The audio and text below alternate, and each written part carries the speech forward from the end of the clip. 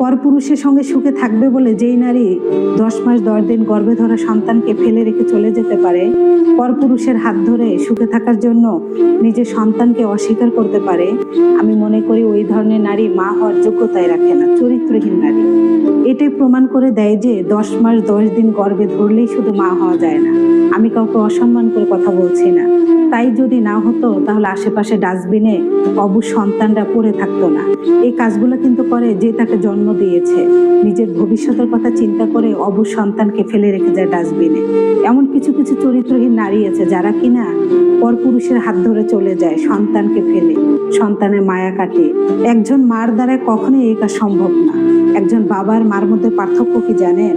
বাবা সন্তানের মায়া বাদ দিয়ে পরনারী নিয়ে সুখে থাকতে পারে, কিন্তু একজন মা পৃথিবী ছাড়তে রাজি বা সন্তানকে ছাড়তে রাজি না। বাবা দেশ বিদেশ সন্তানকে রেখে ঘুরতে পারে, কিন্তু একজন মা ঘুমালেও বারবার যে দেখে আমার বাচ্চাটা কান্না করে উঠেছে কিনা। এই মায়া যদি কোনো নারী না থেকে পরপুরুষের জন্য তার টান আসে, সেই নারী মা হওয়ার কখনোই যোগ্যতা রাখে না। একজন মা আর বাবার মধ্যে অনেক পার্থক্য। আল্লাহ তাআলা বাবার থেকে মাকে 3 গুণ বেশি সম্মান দিয়েছে। যেই দিন তুমি মা হবা মনে রাখতে হবে তুমি সব ছাড়লেও তোমার সন্তান ছাড়তে পারবে না। আমি এটা বলি নাই যে তোমার স্বামী খারাপ তুমি তাকে নিয়ে সংসার করো, দ্বিতীয় বিয়ে করতে পারবে না, অবশ্যই পারবা। এমন অনেক নারী আছে দ্বিতীয় বিয়ে করেছে সন্তানকে আঁকড়ে ধরে, যাই হচ্ছে না কেন নিজের সন্তানকে কাছে রেখে।